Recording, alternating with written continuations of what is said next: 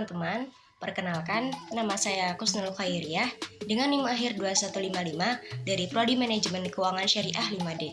Di sini, saya akan menjelaskan mengenai saham dan sukuk korporasi sebagai tugas akhir semester pada mata kuliah Manajemen Portofolio dan Investasi. Untuk sahamnya, saya hanya akan membahas 2 saham ya, yaitu saham INPC dan MTLA. Kemudian akan dilanjutkan dengan membahas sukuk korporasi. Oke, pertama kita akan membahas mengenai saham INPC. Apa sih saham INPC itu? INPC atau Bank Artagraha Internasional Terbuka sebelumnya dikenal sebagai PT Bank Interpacific Financial Corporation, memiliki sejarah yang dimulai pada tahun 1973. Awalnya perusahaan ini didirikan sebagai PT Interpacific Financial Corporation, sebuah lembaga keuangan non-bank. Pada 24 Februari 1993, INPC memperoleh izin dari pemerintah untuk beroperasi sebagai bank umum. Pada 23 Agustus 1990, INPC mencatatkan sahamnya di Bursa Efek Jakarta dan Surabaya dengan harga penawaran yaitu Rp9.750 per saham. Namun, pada April 1999, INPC yang saat itu masih bernama PT Bank Interpasifik Terbuka mengajukan permohonan delisting saham di Bursa Efek Surabaya. Tahu nggak sih? Ternyata perusahaan ini mengalami 3 kali pergantian nama loh. Pertama sebagai PT Interpacific Bank, kemudian PT Bank Interpacific Terbuka, dan akhirnya menjadi Bank Artagraha Internasional Terbuka setelah merger dengan PT Bank Artagraha pada 11 Juli 2005. INPC menyediakan berbagai produk pembiayaan, termasuk kredit produktif, kredit konsumtif, dan kredit lainnya, serta produk pendanaan seperti tabungan, giro, dan deposito. Perusahaan juga telah mengalami 5 kali right issue, pertama kali pada 30 September 1999 dan terakhir kali pada 13-21 Desember 2016. Nah, sekarang mari kita membahas mengenai analisis fundamental dari saham INPC ini. Sebelumnya perlu kalian ketahui, secara umum yang dimaksud dengan analisis fundamental adalah metode analisis yang didasarkan dari kondisi sebuah perusahaan, ekonomi, maupun industri yang terkait. Analisa fundamental menggunakan sejumlah indikator dari perusahaan yang terdapat pada laporan keuangannya seperti laba rugi, arus kas, neraca, dan bisa juga dari rasio keuangannya seperti NPM, DER, PBV, PER, EPS, ROA, ROE, dan sebagainya. Nah, ini nanti yang akan kita bahas beberapa ya. Namun perlu diketahui, selain faktor keuangan dan ekonomi, hal penting lain yang perlu ada dalam analisa fundamental yaitu mengetahui efektivitas manajemen perusahaan serta kondisi persaingan dalam industrinya. Hal tersebut dinilai sebagai tanda atau indikator penting yang mampu mempengaruhi nilai dari saham sebuah perusahaan.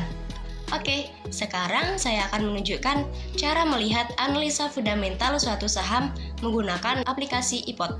Sebelumnya, pastikan kalian memiliki aplikasi iPod ini dan sudah memiliki akun ya.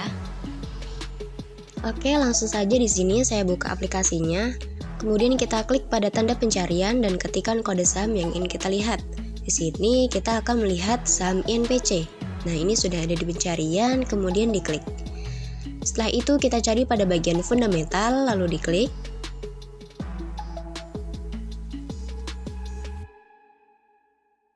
Setelah itu akan muncul tampilan seperti ini. Nah, di sini kita bisa melihat indikator-indikator penting yang bisa digunakan untuk analisa fundamental suatu saham. Contoh, di sini ada indikator-indikator seperti market cap, total equity, revenue, net profit, PER, PBV, ROA, ROE, dan lain-lain. Di sini kita bisa menyesuaikan untuk periodenya seperti dalam 3 bulan, 6 bulan, 9 bulan, 12 bulan, dan bisa juga every quarter atau tiap kuartal ya. Contoh di sini saya menggunakan 3 bulan, kemudian diklik go. Nah, di sini tinggal kita geser sesuaikan dengan data dan waktunya. Di sini akan terlihat datanya yang pertama adalah last price, yaitu adalah harga terakhir. Kalau saham INPC ini sekarang berada di harga Rp7.600 per lotnya ya. Kemudian di bawahnya ada share out, itu adalah saham yang beredar di masyarakat. Lalu di bawahnya lagi ada market cap, atau nilai kapitalisasi pasar dari suatu saham. Jadi, kalau suatu saham memiliki kapitalisasi pasar yang besar, maka kemungkinan besar saham tersebut diminati oleh pasar atau banyak yang minat untuk memilikinya. Nah, kalau saham INPC ini terjadi penurunan ya, mulai dari tahun 2022. Lalu di sini bawahnya lagi ada cash atau kas. Nah, semakin tinggi kas, maka saham tersebut semakin bagus. Nah, di sini terjadi peningkatan nih daripada tahun sebelumnya.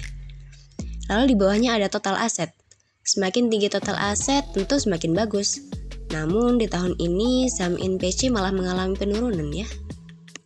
Lalu untuk ST borrowing, ini atau short term borrowing adalah pinjaman jangka pendek. Jadi di sini semakin kecil maka semakin bagus. Di tahun ini sedikit meningkat ya daripada tahun sebelumnya. Begitu juga di sini di bawahnya ada LT borrowing atau long term borrowing adalah pinjaman jangka panjang. Lalu di bawahnya ada total equity yaitu total modal. Di sini semakin tinggi maka semakin bagus. Nah, di sini YNPC mengalami sedikit peningkatan nih dari tahun sebelumnya. Lalu ada revenue atau pendapatan. Di sini untuk revenue semakin tinggi maka semakin bagus. Nah, ini di tahun 2022 sempat turun nih, tapi di tahun ini mulai naik lagi. Lalu ada gross profit yaitu laba kotor. Lalu di bawahnya ada operating profit yaitu adalah pendapatan atau laba operasi. Lalu di bawahnya lagi ada net profit atau laba bersih. Net profit ini merupakan salah satu indikator yang paling sering digunakan atau menjadi patokan karena net profit ini adalah mengukur seberapa besar laba yang dihasilkan oleh suatu perusahaan. Jadi apabila semakin tinggi untuk net profitnya maka semakin bagus.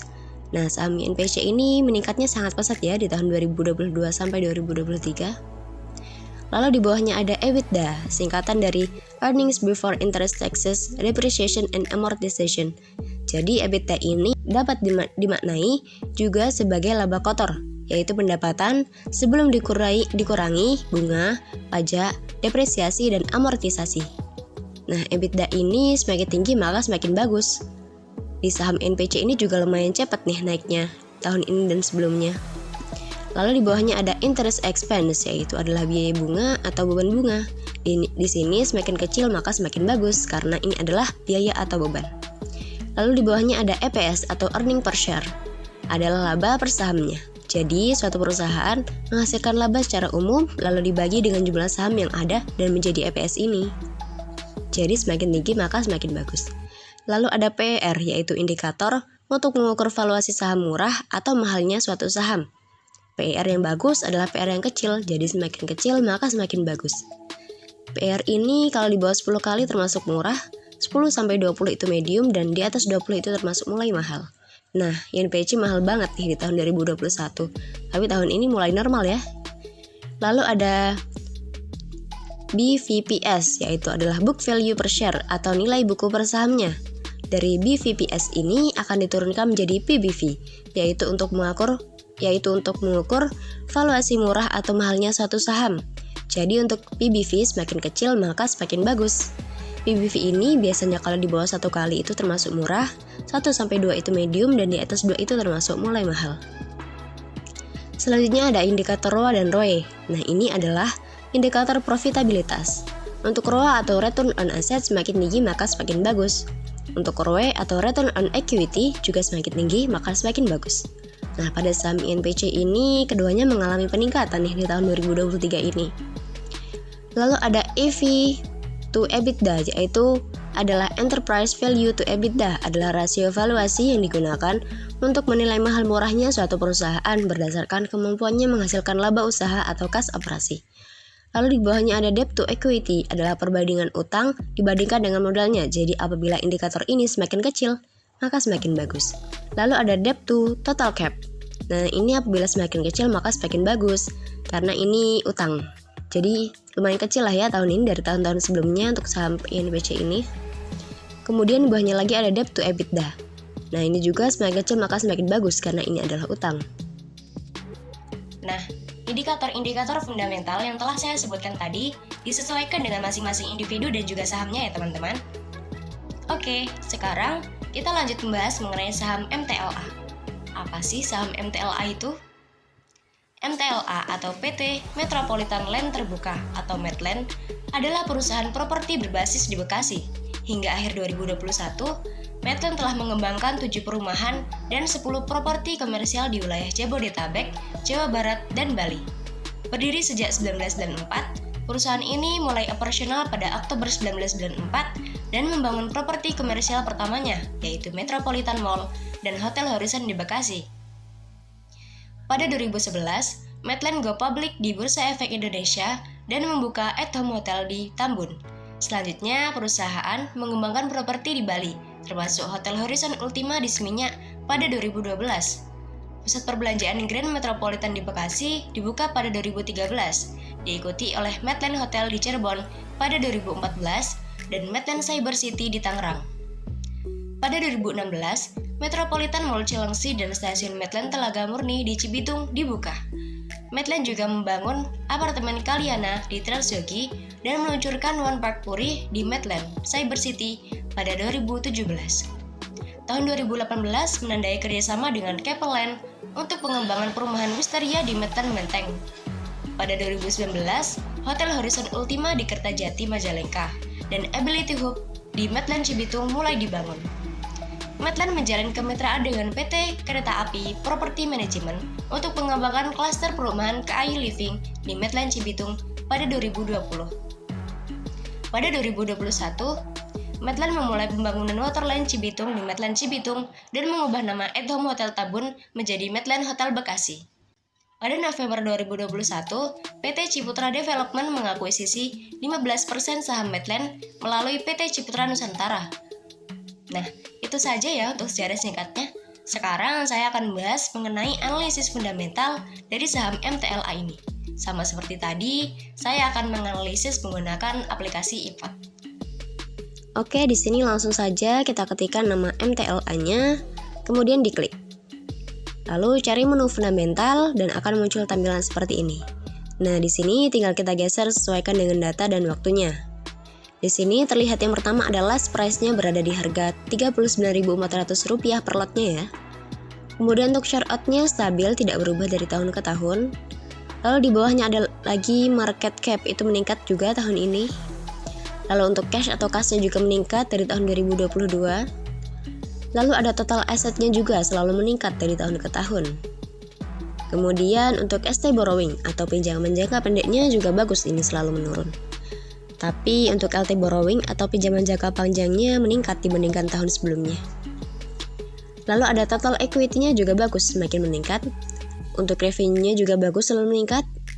Kemudian gross profit, operating profit, dan net profit-nya ini juga sangat bagus ya dari tahun ke tahun. Lalu untuk EBITDA-nya juga mulai meningkat dari tahun sebelumnya. Lalu ada interest expense, kemudian EPS-nya juga selalu meningkat. PR-nya termasuk normal ya, tidak terlalu murah atau mahal. Untuk PBV-nya juga normal. Untuk ROA dan ROE-nya juga bagus, selalu meningkat. Lalu ada EV to EBITDA. Lalu ada debt to equity-nya juga bagus karena selalu turun ya. Begitu juga dengan debt to total cap-nya. Debt to EBITDA-nya juga semakin kecil, maka semakin bagus karena ini utang ya. Oke, sekarang saya akan lanjut membahas mengenai suku korporasi. Apa sih suku korporasi itu? Suku korporasi adalah instrumen investasi syariah yang diterbitkan oleh perusahaan untuk mendapatkan pendanaan dari masyarakat. Tujuannya adalah pengembangan bisnis selain dari sumber internal atau pinjaman bank. Masyarakat memilih suku sebagai sarana investasi dengan imbalan fee, ujroh, atau bagi hasil. Suku dikenal sebagai obligasi syariah, meskipun konsep dasarnya berbeda. Suku bukan surat utang, melainkan memiliki underlying asset dan penggunaan dana sesuai syariah, berbeda dengan obligasi. Meskipun keduanya memiliki jangka waktu tertentu, suku dapat memiliki berbagai jangka waktu tergantung kebutuhan perusahaan. Suku dapat diterbitkan dengan berbagai akad syariah seperti ijaroh dan mudharabah. Di Indonesia, ijaroh atau sewa menyewa dan mudharabah atau bagi hasil banyak digunakan. Saat ini sudah ada 23 perusahaan yang menerbitkan suku di Indonesia dengan total suku sekitar 24,93 triliun rupiah. Tentunya banyak dari kalian yang bertanya-tanya, apakah suku korporasi menguntungkan dan aman? Nah, seperti investasi lainnya, suku korporasi memiliki potensi keuntungan dan risiko. Potensi keuntungan biasanya sebanding dengan obligasi korporasi biasa dalam rentang waktu yang sama. Minimum investasi dan kisaran imbalan bergantung pada jenis suku. Risiko investasi suku jenis ini juga sama dengan risiko investasi obligasi pada umumnya, yaitu Yang pertama adalah risiko gagal bayar akan terjadi jika perusahaan tak mampu membayar imbal hasil atau mengembalikan pokok. Yang kedua, risiko likuiditas akan timbul jika kamu membutuhkan dana sebelum sukuk mencapai jatuh tempo. Nah, risiko-risiko tersebut tidak pasti terjadi, dan pemeriksaan kinerja keuangan perusahaan, membaca prospektus sukuk, dan memperhatikan peringkat Pevindo dapat membantu mengurangi risiko. Semakin tinggi peringkat rating suku atau perusahaan, semakin kecil kemungkinan terjadinya gagal bayar. Nah, setelah mengetahui semua ini, apakah kamu masih berminat untuk berinvestasi dalam suku korporasi? Oke, sekian yang dapat saya sampaikan mengenai saham INPC, saham MTLA, dan suku korporasi. Terima kasih sudah menonton.